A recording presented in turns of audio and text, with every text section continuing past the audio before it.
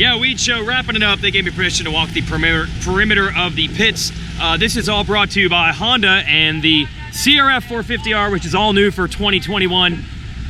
Lighter, better handling, more power, razor sharp cornering. You will put the competition on notice every time you roll to the gate, and that's how life is better on a Honda. Living well must be Jeremy Martin, because it keeps working out for him.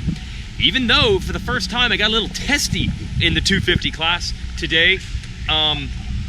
It's really hard to figure out what variables are causing such wild racing in this Lucas Oil Pro Motocross Championship. I don't know if it's the longer season. We had Chad Reed before this weekend saying how he thought the riders are getting a little burnt out. And I've got to say, we've seen some signs of that, especially with the doubleheader. Even Zach Osborne, honest as always, saying he thought he felt good, he thought he felt fresh. He did not today, once it was race time. Not just the doubleheader, but how extra long this season is and how much grinding these guys have been doing in between. So that's definitely something to think about. Is it the longer schedule, or is it the opposite? Is it the fact that everybody had more time to get ready for motocross than they usually do? I don't know. The 450 class parity is like nothing I've ever seen before, and I am not a big best ever recency bias guy. I have not seen a 450 class that has this many guys this deep into a season, 10 motos, 5 rounds, with this many different guys that can win. And my proof is that Blake Baggett has now come out of nowhere to be a moto winner as well. Tomac rode better today than he did on Friday, but it came undone with a bad start and a first turn or second turn crash in Moto 2. So it's ups and downs there. Adam C. Cirillo, though, gets the overall win. He did have a AC-like crash with a lap rider that cost him the overall. It's cost him the Moto win in Moto 2, but he still got the overall. But I mean, it's just bizarre land as far as these ups and downs, how close the 450 class is. And now we're starting to get the typical chaos that we expect in the 250 division, moto after moto, and Martin keeps surviving it. The theme for so many weeks was that Ferrandis is the fastest guy. Now it's kind of gone in another direction, as in Ferrandis is having problems putting weekends together in general, and we're not even seeing Martin and Ferrandis really duke it out much moto to moto. But we did have a moment where it happened. Yeah, we'd show everybody. We did have a moment where it happened in the first moto. Ferrandis was looking at an inside line on Martin, and they collided, and they both ended up going down. Martin was mad. Now look, it's not going to help that there's a bit of a precedent set with some aggressive moves from Ferrandis.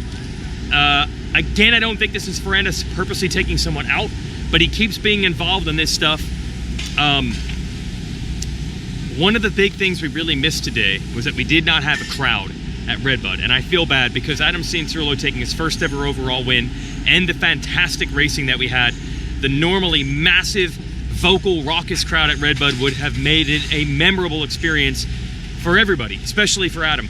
And it would have been great for RJ Hampshire, who won his first overall in 2 years and took a lot of effort to rebuild his program with a new team and a new knee and all that to get that victory. And they don't quite get to soak in it with the crowd on the podium like they normally would at RedBud, but Ferrandis on the other end probably got to avoid a lot of boos.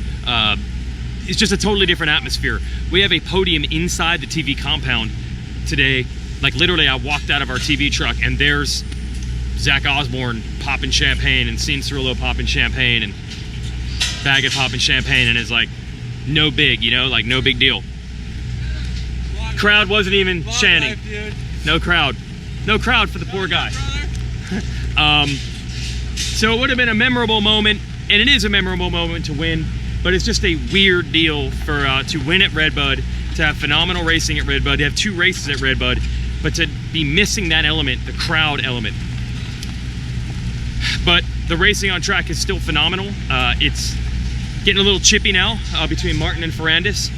Look, I don't think, again, Ferrandis did that on purpose, but this is how Jeremy Martin works, man. I feel like he motivates himself with the slights. So if you're J-Mart, you're gonna take that. You're gonna take that and motivate yourself with it. And I think that's just the way he does. He's gonna feel that way, that Ferrandis tried to take him out. And it's gonna make him come back and work even harder. The Baggetts are back on top. Blake Baggett got a win. He said it was more of a relief than a joy because he was really starting to doubt himself. He was working hard, going fast, still not getting the race wins. It had been a while since we'd seen the Blake Baggett run. Remember how great he was up until this race in 2017? I don't know why it's so mixed up. I don't know if it's the schedule. I don't know if it's just 2020 is the weirdest year ever and it somehow even reflects out on the racetrack.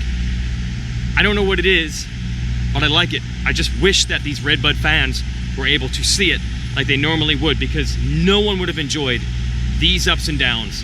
Osborne having a great day, and then day today, and Muscat making a charge, and Barsha having great moments, and Baggett having great moments, and seeing Cerullo and Tomac and Sexton. They all had different moments throughout the weekend where they were good. Even Joey Savacci was up there today, was fastest in the first qualifying session, and ran up front for a bit of Moto 2 before he had a little tip over.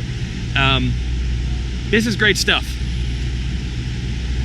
Remember that whole thing we've said about 2020 where a lot of it sucks, but maybe there's a few things we learned that we could take as positives out of this experience? I don't know. Maybe breaking up the schedule, maybe the difference in having a break between Supercross and Motocross, if the riders know there's a break and they can actually stop training for a little while and not just training while they wait like they did now. Maybe that's what's leading to such phenomenal racing. I'm not sure. Or maybe the season is too long and they're worn out. I'm not sure. The I'm not sure thing we normally don't have after 5 rounds. We sure got it. I'm pretty sure Millville will be the next race. Every single race has been rumored to be canceled at some point. I don't think that's going to be the case. We should be at Millville after a weekend off, and we'll try to sort it all out. 2020's nuts, and nuts kind of sucks for most situations, except when it comes to unpredictable results. And that part has actually been kind of enjoyable, especially if you're RJ Hampshire and Adam Seen Cerullo, because the door's been open with some inconsistency for others. It's opportunity for guys to take advantage and get the wins they want. And then, as you know, usually when you get one, the rest get easier. We'll see if that's the case in what has been by far the nuttiest year ever, on and off the track. Thanks for watching the Weege Show. We're exhausted after a long stretch of 5 races in 4 weekends, and I feel like I've been here for a month, and I already felt that way about Loretta's. This year's nuts. Thanks to Honda for backing these shows. See you at Millville.